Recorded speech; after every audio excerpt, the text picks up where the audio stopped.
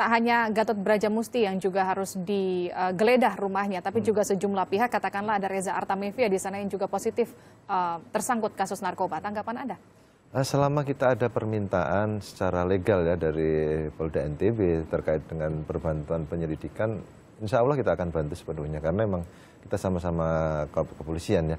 Yang menjadi masalah itu tadi kembali lagi dasar hukumnya gitu. Kalau memang di sana memang ada hukumnya jelas, memang terbukti yang bersangkutan mengguna, terus kemudian ada permintaan dari Polda sana, tentunya kita akan juga lakukan yang sama ya. Kembali lagi case per case ya, kita tidak boleh mengeneralkan ya. Betul. Pak Awi, Anda katakan tadi soal kasus narkoba akan ditangani oleh Polres Mataram, katakanlah di Nusa Tenggara Barat. Tapi kemudian bagaimana dengan penggeledahan dari Polda Metro Jaya? Ada beberapa hasil temuan di sana, adakah kemudian kasus baru yang juga akan menyeret nama Gatot Brajamusti? Iya betul, informasi terakhir hasil lab hari ini memang ternyata positif, ada barang haram di sana yang narkobanya. Kemudian ada kepemilikan senjata api dan amunisi ya. Banyak itu amunisinya, ada luar biasa itu kaliber 9 mili aja sampai 824 butir. Kemudian untuk kaliber 32-nya itu ada sekitar 600 lebih ya. Waduh. Kemudian senpinya tadi ada 2, jadi Walter sama Glock. Bang, jadi bukan Browning. Browningnya untuk jenis pelurunya. Kemudian ada juga sangkur, holster dan lain-lain ya. Kemudian ada juga tersangkut kasus memelihara, menguasai, menyimpan satwa yang dilindungi. Itu ada binatang apa? Harimau yang dikeraskan itu. Kemudian ada yang hidup, elang. Itu masih hidup dan semuanya sudah kita serahkan ke BKSDA untuk disimpan di sana. Namun kasusnya tetap kita lanjut. Tapi kalau kembali lagi ke narkoba, temuan narkoba di kediaman Gatot Brajamusti, artinya ada berapa banyak narkoba yang ditemukan di sana? Cuma gram ya, sekian gram gitu. Artinya hanya akan terkena unsur pemakai ataukah sampai ke pengedar? Saya terlalu dini kalau ngomong itu, karena memang yang bersangkutan belum kita lakukan pemeriksaan.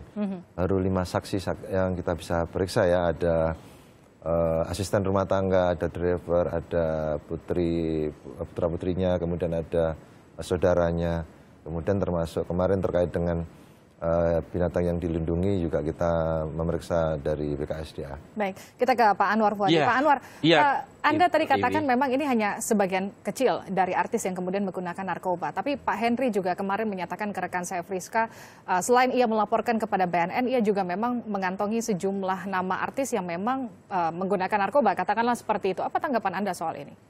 Ya memang ada beberapa artis yang menggunakan narkoba. Saya juga tahu, tapi belum saya ungkapkan aja. Ya kan? Tapi catatan nih, Livi. Tidak ada anggota saya, Persatuan Artis Sinetron Indonesia yang terlibat dengan narkoba. Nggak ada, itu anggota Parvi, bukan anggota Parsi. Beda, saya alhamdulillah. Karena ketuanya tidak pernah merokok, tidak pernah minum keras, tidak menggunakan narkoba. Anggota saya kan malu. Pak Anwar, kalau dikatakan kalau ketuanya merokok, ketuanya, kalau guru kencing berdiri, muridnya kencing berlari. Kalau ketuanya makin narkoba, ya kita nggak tahu lah. Wallahu a'lam mana anak buahnya. Pak Anwar, kalau dikatakan Pak Anwar seperti ini, artis itu menggunakan narkoba agar selalu terlihat fit di layar, agar selalu terlihat prima, agar terlihat kemudian lebih menarik lagi di mata masyarakat. Itu suatu hal yang sangat mustahil. Saya tidak pernah pakai narkoba, tapi saya fit terus loh. Umur saya 70 dengan yang 50 masih gagahan saya. Iya kan? Dibanding yang artinya alasan-alasan tersebut tidak bisa diambil? Tidak bisa, karena kita menjaga pola hidup yang baik. Tidak merokok, tidak mengkonsumsi minuman keras. Pola hidup yang baik, vitamin yang baik, air putih yang banyak. Hidup pola hidup, tidak bergadang, tidak masuk ke disko-disko yang dimana banyak asap rokok. Saya 70 tahun, coba adu sama yang... Lipi, saya masih pantas sama Lipi, walaupun 70 tahun. Iya.